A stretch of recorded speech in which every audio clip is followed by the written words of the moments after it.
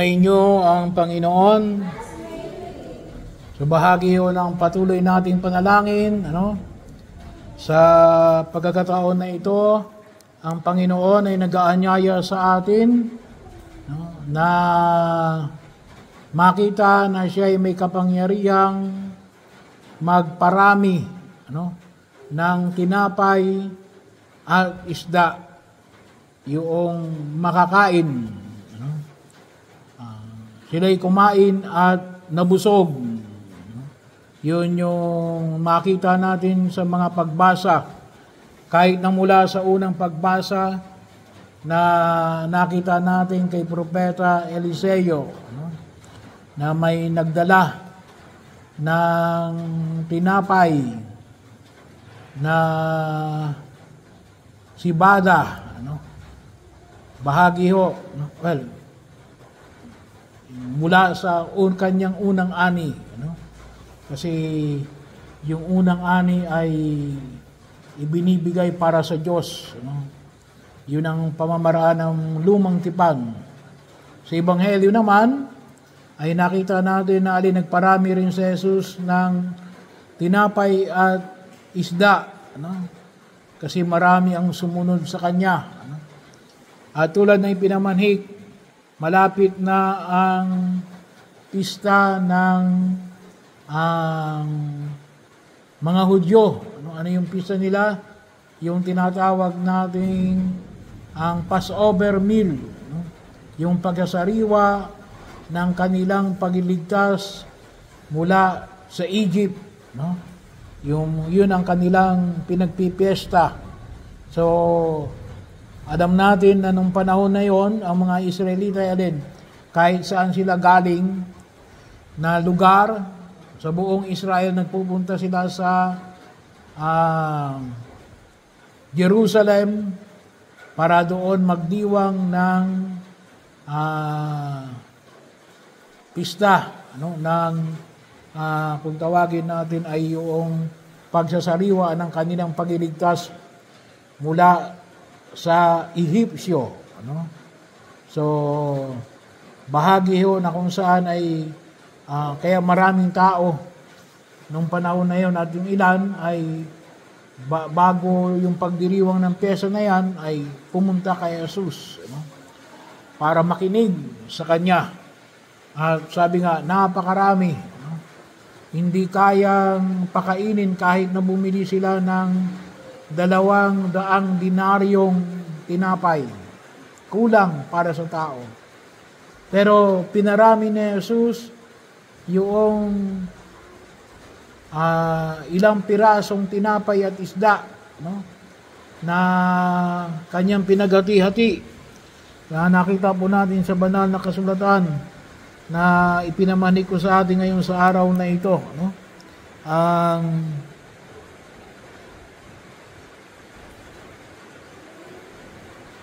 tinatawag natin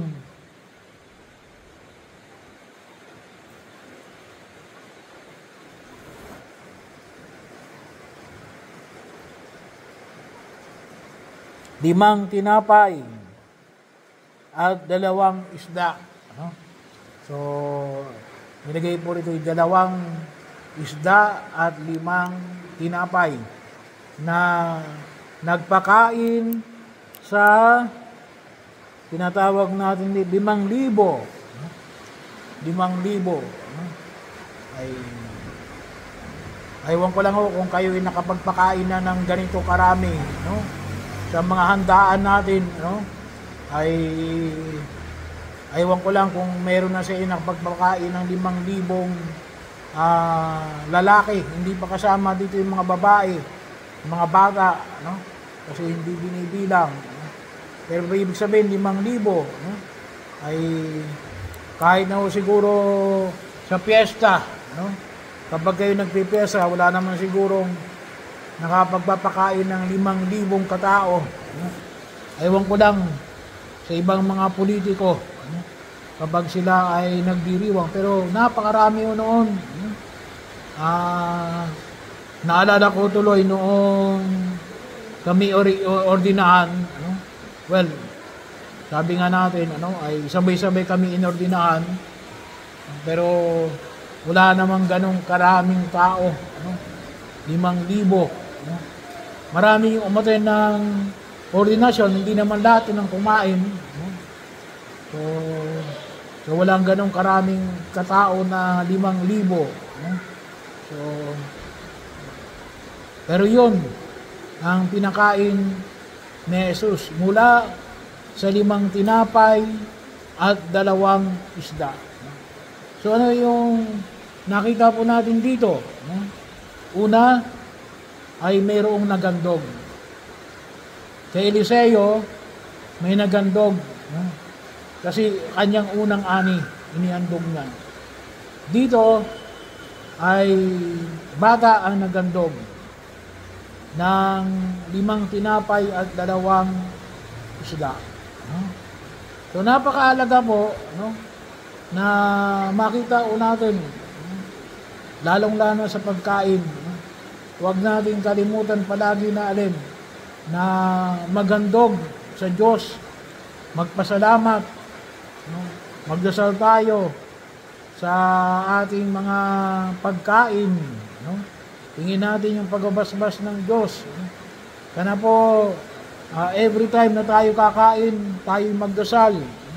Magpasalamat tayo sa biyaya na ipinagkakaloob ng Diyos sa atin. Para tayo rin ay bigyan ng lakas sa pang-araw-araw nating pamumuhay. So sana po huwag tayong makalimot na manalangin sa hapagkainan. At yun ay maliwanag na paghahandog natin ng ating sarili sa iba. At kung mayroon tayong maihahandog para din sa iba, ay mas maigi ho. Alam nyo, wala naman nung nagugutom na Pilipino, walang namamatay sa gutom sa atin. Mas marami pa nga namamatay sa kabusugan kaysa sa mga nagugutom.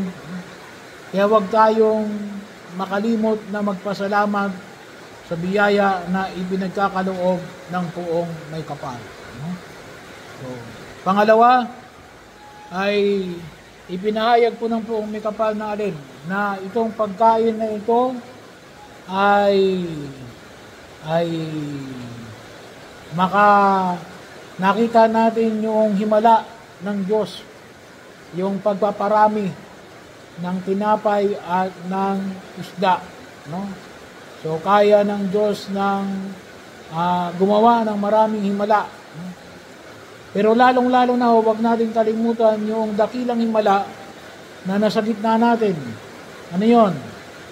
Yung himala ng pagkanyang pagkanaririto sa banal na Eucharistia. So ninanais niya na ihandog ang kanyang sarili sa anyo ng tinapay, sa anyo ng pagkain at inumin. Yun ang kanyang iniaalay sa atin para magbigay ng lakas sa lahat ng ating pagkilos sa daigdig na ito. Ano man yung tinatahak natin sa mundong ginagalawan natin. Kaya nga kalimitan sinasabi ko na kapag wala namang hadlang, dalawa lang naman yung hadlang natin, para hindi tumanggap ng komunyon. Yung may kasalanang mortal, at kapag tayo ay hindi nakaroon ng Eucharistic fasting, yung 1 oras na hindi pagkain ng anuman bago magkomunyon. Kapag wala yung hadlang na ito, ay tanggapin natin yung biyaya ng dakilang himala ng Diyos, ang kanyang katawan at dugo. Pangatlo ay para magbigay ng lakas. Para magbigay ng lakas. Hindi tayo pinakakain para magkasakit. Meron nung kasing pagkain na nakakasakit. Kaya kinakailangan din natin kontrolin yung ating sarili. May pagkain na nagdudulot sa atin ng karamdaman. May mga hindi rin namang pagkain na nagdudulot sa atin ng karamdaman. Pero sana, yung pagkain na ito ay magbigay sa atin ng lakas. Hindi lamang yung pagkain natin sa pang-araw-araw na paumuhay. Ngunit lalong-lalo na yung alin, yung pagtanggap natin ng banal na komunyon. Huwag natin kalimutan na alin, yun ang magpapalakas sa atin sa pagtahak natin at pakikibaka natin sa hamon ng daigdig na ito. Bakit? Kasama natin si Jesus. Kasama natin ng Diyos. Kaya bahagi o yun ng isang biyaya na baka hindi natin nakikita at napapahalagahan. Ang biyaya ng pagka naririto ng Diyos sa anyo ng tinapay na Kanyang ibinibigay para sa bawat isa sa atin. Para tayo ay magkaroon ng kabusugan at lakas at kabanalan. Huwag nating kalimutan. Kaya po kung minsan sinasabi ng iba na gusto kong bumait kaya hindi ko magawa. Kasi baka ang pinagbabasihan lang natin ni alin, yung sarili nating kakayanan, baka hindi natin hiningihan ng tulong ng Diyos. Saan tayo higit na makakahingi ng tulong? Sa Kanyang ibinabahagi sa ating pagkain, ang Kanyang sariling katawan, na Siyang magbibigay sa atin ng lakas upang maisakatuparan natin ang Kanyang kalooban. Kaya sana po, every time na tayo tumatanggap ng banal na komunyon, huwag natin kalimutan na ito ito yung ating lakas. Dito tayo kukuha ng lakas upang harapin natin ang hamon ng daigdig na ito. Upang ang anumang uri ng kasamaan ay ating mapaglalabanan. At magkaroon tayo ng pagkilala. Pagkilala, kinakailangan natin makilala yung kapangyarihang dulot na Jesus sa biyaya ng sakramento ng banal na komunyon.